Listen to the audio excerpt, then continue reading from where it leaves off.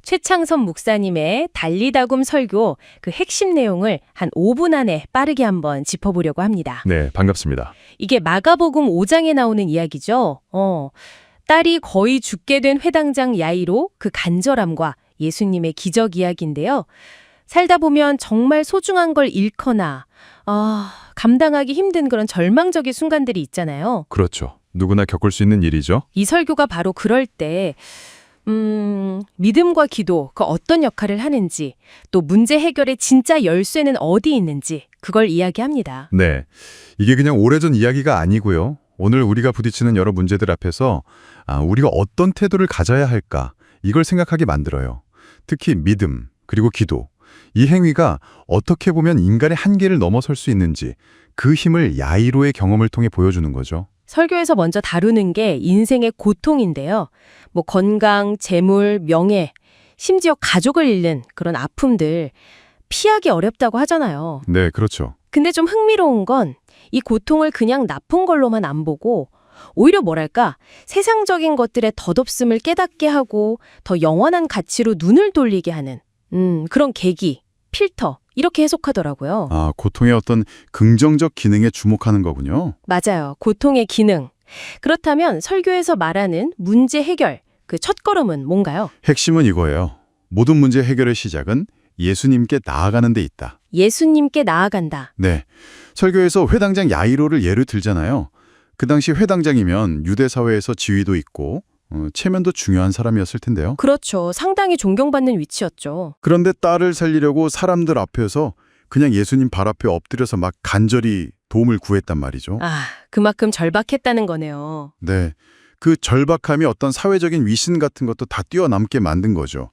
그러니까 고통이 때로는 우리를 가장 근본적인 도움의 근원으로 이끌기도 한다. 뭐 이런 해석인 것 같아요. 그러다가 딸이 결국 죽었다는 진짜 절망적인 소식이 오잖아요. 그때 예수님이 하신 말씀, 두려워하지 말고 믿기만 하라.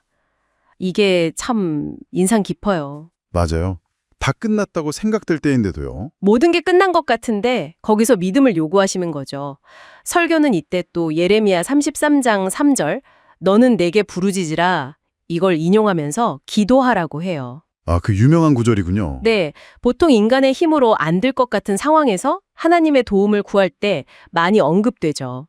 절망 속에서도 이렇게 부르짖는 기도의 힘을 강조하면서 특히 회개의 기도, 또 간절하게 매달리는 그런 기도의 중요성을 이야기합니다. 근데 예수님이 야이로 집으로 바로 가신 게 아니잖아요. 좀 시간이 지체됐죠?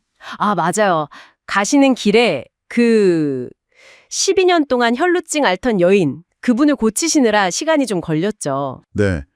딸이 죽어가는 아버지 입장에선 정말 피가 마르는 시간이었을 텐데요. 정말 그랬겠죠. 어휴. 근데 설교는 이 지체되는 시간조차 야이로에게는 굉장히 중요한 배움의 과정이었다. 이렇게 봐요. 배움의 과정이요? 어떤? 뭐랄까, 예수님의 능력을 다시 한번 눈으로 확인하고 또 다른 고통받는 사람을 향한 예수님의 그 사랑, 자비 이런 걸 보면서 그리고 가장 중요한 건 이렇게 상황이 막 흔들릴 때 믿음을 굳게 지키는 게 얼마나 중요한지 그걸 배우는 시간이었다는 거죠.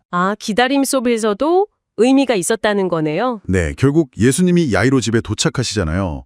이미 사람들이 막 물고 실포하고 다 끝났다고 말하는 그 상황에서 네.